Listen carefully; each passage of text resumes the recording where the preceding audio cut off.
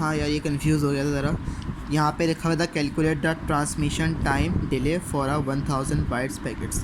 अब यहाँ इसका फार्मूला क्या होता है, बिट्स ओवर सेकंड का। ठीक है, बिट्स ओवर सेकंड का हमने फार्मूला लिखा, लेकिन यहाँ हमारे पास बिट्स में नहीं बल्कि बाइट्स में है। तो आपके पास यहाँ लिखा है 1000 बाइट्स, तो आपके पास एट जो मतलब बिट्स जो होती है वो 8 बिट्स की होती है ना।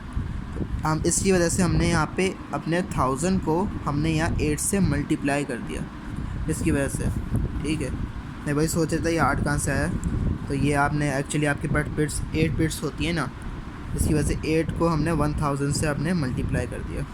और अब यहाँ पे सेकंड है, टाइम आपको यहाँ पे ऑलरेडी दिया हुआ है, इसकी वजह से हम यहाँ टाइम रख देंगे। इसको हम सॉल्व करेंगे तो 0.004 आ जाएगा।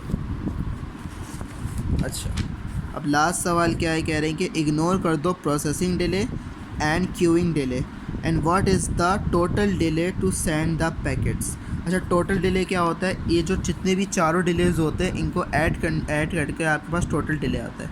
अब सवाल में ही बोल दिया कि प्रोसेस डिले और क्यूइंग डिले को आप इग्नोर कर दो, और जो आपके पास दो डिले है, जो प्रोपगेशन डिले और ट्रांसमिशन डिले, इनका जो आंसर आ रहा है उनको ऐड कर दो। तो ये कुछ आंसर आ जाएगा, आई थिंक सो 0.044। ठीक है। अच्छा, वैसे बता दूँ, इसने पहले ही बता दिया था कि प्रोसेसिंग डिले और क्यूइंग डिले हमें फाइंड नहीं करना होता, क्योंकि इनका मेरे ख्याल से कोई फॉर्मूला होता ही नहीं है। होता है लेकिन वो अभी आगे में शायद पड़ा है। तो हमें सवाल में ये दोनों गिवन होंगे, यहाँ पे ऐसी कंडीशन होगी कि गिवन ही ना हो। ठीक है, तो ये मिस ने एक न्यूमेरिकल कराया था जो कि मैंने समझा दिया।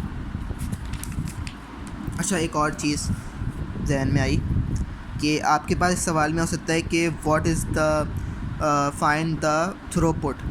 थ्रूपुट में क्या होता है, आपके पास ना ट्रांसमिशन रेट दिए हुए होंगे, एक काफ़ी सारे, समझ लो 3-4 दिए हुए हैं। तो उस ट्रांसमिशन में से सबसे मिनिमम जो होगा ना, वो होगा आपका थ्रूपुट। समझ लो आपके पास ट्रांसमिशन हमें दी हुई है